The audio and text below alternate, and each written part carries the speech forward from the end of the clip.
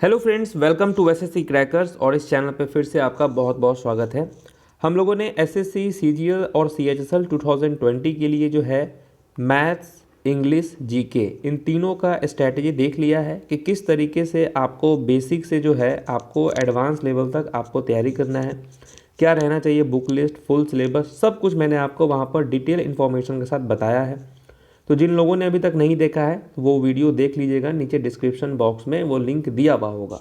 हम लोग इस वीडियो में लास्ट सेक्शन के बारे में बात करेंगे, रीजनिंग के बारे में बात करेंगे कि रीजनिंग में किस तरीके से आपको जो है 50 आउट ऑफ 50 के लिए तैयारी करना होगा, ठीक है, कैसे करना है तैयारी, ये तमाम चीज़ इस वीडियो में बात होगी। फुल सिलेबस के बारे में, बुक लिस्ट क्या रहना चाहिए और आपकी स्ट्रेटजी क्या होनी चाहिए, ये सब चीज़ इस वीडियो में डिस्कस होगा। तो बहुत ही ध्यान से आप देखिएगा इस वीडियो को। देखिए, रीजनिंग जो है ये आपके सीजीएल और सीएचएसएल इन दोनों में 25 क्वेश्चंस आते हैं 50 मार्क्स के लिए। एक क्वेश्चन के लिए आपको मिलता है 2 मार्क्स, ठीक है। तो ये आपके 25 क्वेश्चंस 50 मार्क्स के लिए होते हैं। और रीजनिंग एक लौता एक ऐसा सेक्शन है जहाँ पर स्टूडेंट्स को बहुत मन भी लगता है इसको बनाने में, ठीक, क्योंकि अगर आप बात करें मैथ्स, रीजनिंग, मैथ्स, इंग्लिश और जीके की, तो इन तीनों सेक्शन से ईजी होता है आपका रीजनिंग, ठीक है। एसएससी का रीजनिंग वैसे भी आपका इजी होता है, इसमें कोई भी बच्चा आराम से जो है 30 प्लस स्कोर कर सकता है अगर वो हल्का सा केवल पढ़ाई कर ले तो, ठीक है। 40 मार्क्स तक जो है स्टूडेंट्स को लाने के लिए थोड़ा और मेहनत करना पड़ता है, लेकिन ऐसा भी नहीं है कि आप जो है मेहनत ना करें। डेली कुछ अच्छे से अगर आप प्रैक्टिस नहीं कर रहे हैं तो 40 से अगर आप एक एक मार्क्स भी अगर एवब जाएंगे उसके लिए आपको हार्डवर्क करना ही पड़ेगा, समझ रहे हैं। तो इस वीडियो में वही सब कुछ डिस्कस होगा आपका। सबसे पहले तो सिलेबस पे आप ध्यान दें। तो देखिए, रीजनिंग का अगर आप जनरल बात करें तो कोई सिलेबस देखता नहीं है, क्योंकि रीजनिंग ऐसा है कि वहाँ पर प्रैक्टिस से ही आपका हो जाता है। बट फिर भी आप सिलेबस देख लीजिए, यहाँ पर वर्बल और नॉन वर्बल दोनों टाइप के क्वेश्चन यहाँ पर आते हैं। एनालॉजी से क्वेश्चन आते हैं, सिंबॉलिक ऑपरेशन से क्वेश्चन आते हैं, symbolic number analogy, classification, Venn diagram, ठीक है। उसके बाद जो है फिगरल क्लासिफिकेशन हो गया आपका। उसके बाद पेपर फोल्डिंग, अनफोल्डिंग, यहाँ से भी क्वेश्चन होते हैं। एम्बेडेड फिगर से क्वेश्चन आते हैं आपके, क्रिटिकल थिंकिंग से आते हैं, प्रॉब्लम सॉल्विंग से क्वेश्चन आते हैं आपको, इमोशनल इंटेलिजेंस ये भी क्वेश्चन आते हैं आपके, कोडिंग डिकोडिंग से आता है और कुछ अदर सब टॉपिक हैं, ठीक है। इफ़ एनी न्यूमेरिकल ऑपरेशन के हो तो वहाँ से भी क्वेश्चन आ जाते हैं। तो सिलेबस मोटा मोटी जनरली कोई देखता नहीं है, बस आपको इन्फॉर्मेशन के लिए, ठीक है, मैंने आपको यहाँ पर बताया है।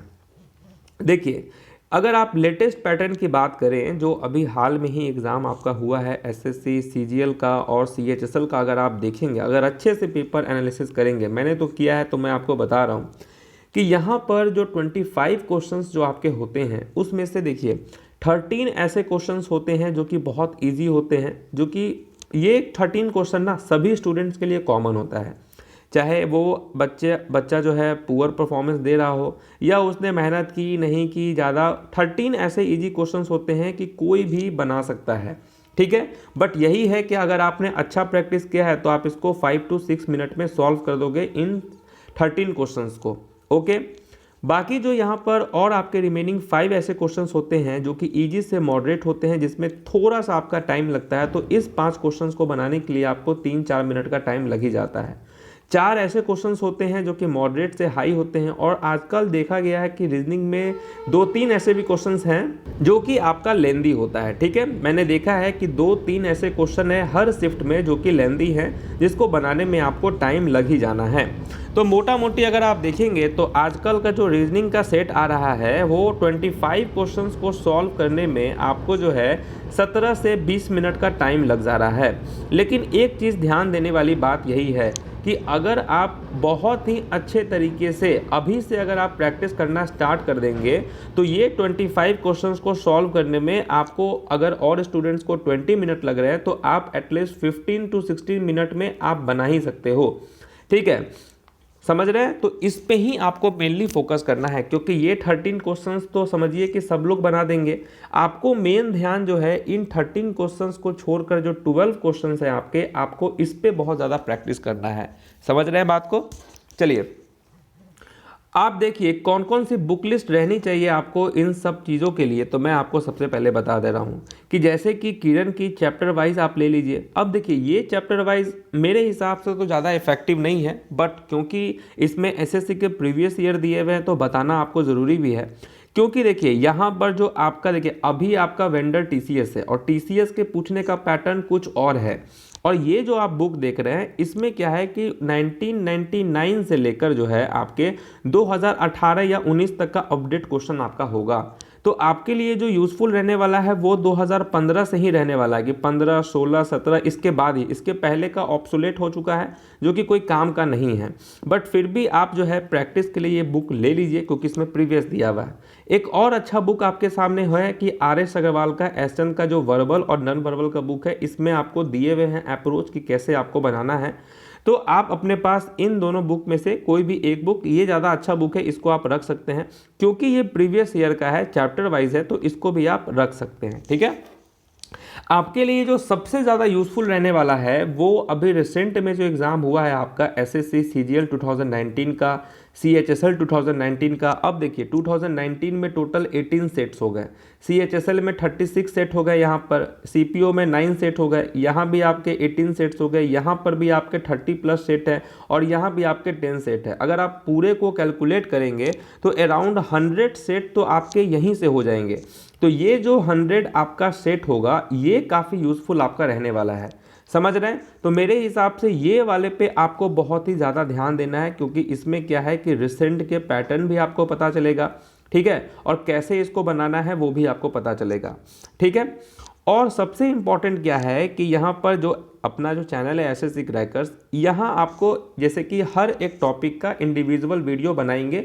तो आपको मोटा मोटी क्या करना है कि शुरू के जो टाइम पीरियड है उसमें हर एक टॉपिक को पहले आपको देखना है कि कैसे बनता है। मान के चलिए काउंटिंग फिगर है तो काउंटिंग फिगर को कैसे हम काउंट इजिली करते हैं, सीरीज के क्वेश्चन है तो कैसे हम सीरीज के क्वेश्चन को बहुत ही इजिली सॉल्व करेंगे। तो पहले आपको चैप्टर बनाने से पहले कॉन्सेप्ट पे आपको ध्यान देना होगा। तो आपका जो स्टार्टिंग का 1 मंथ होगा, इस 1 मंथ में आपको बेसिकली फोकस करना है चैप्टर पे कि चैप्टर का सारा कॉन्सेप्ट आपको समझना है। चाहे आप कहीं से भी समझिए, आप इस चैनल से समझ सकते हैं या आप किसी और चैनल को फॉलो करते हैं वहाँ से आप समझना चाहें आप वहाँ से कर सकते हैं।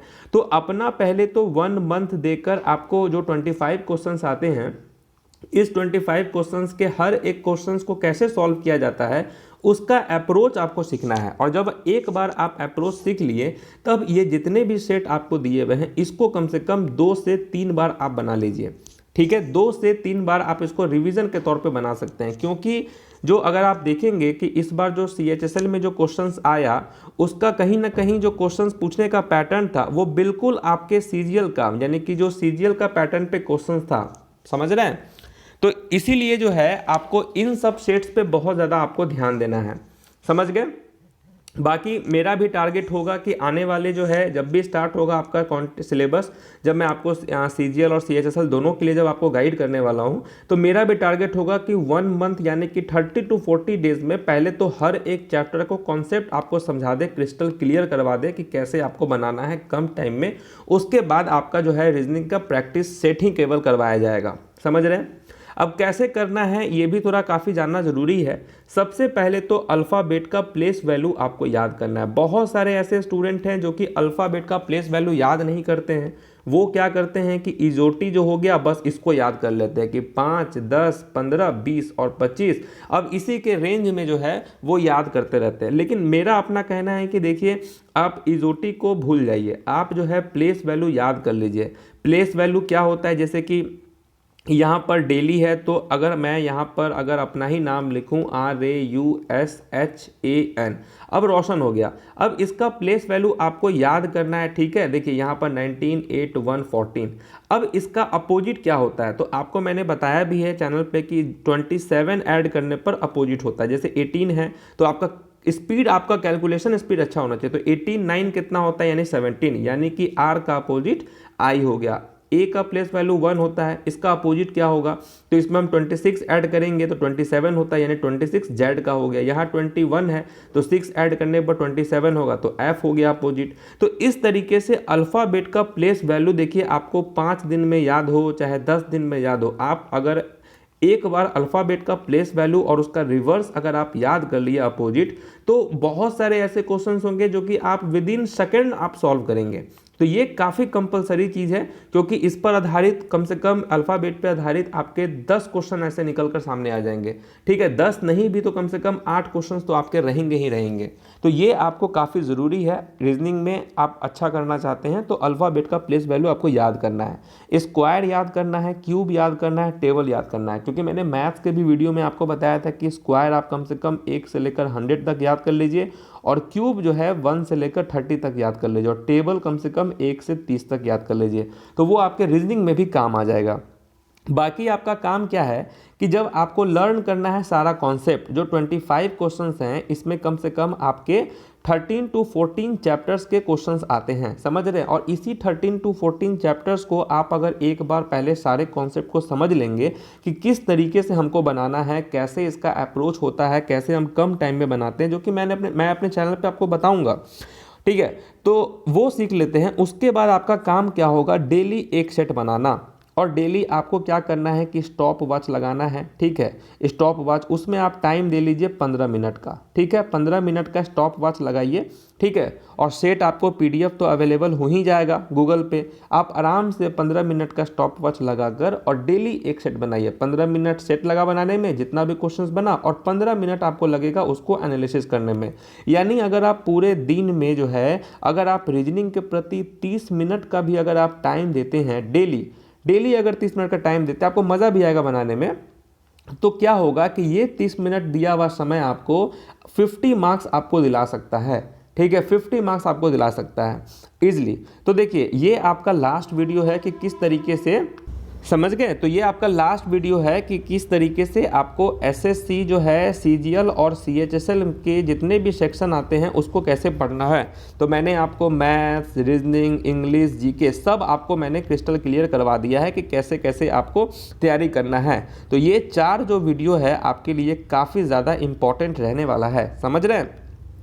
तो जब एक बार आपका ये सब चीज़ हो जाएगा ना, तो बहुत अच्छा होने वाला। अब आप देखिए, अगर आप मोटा मोटी समय देखिए, तो मैंने आपको मैथ्स के लिए बोला था कि मैक्सिमम 3 घंटा तो आपको देना ही है।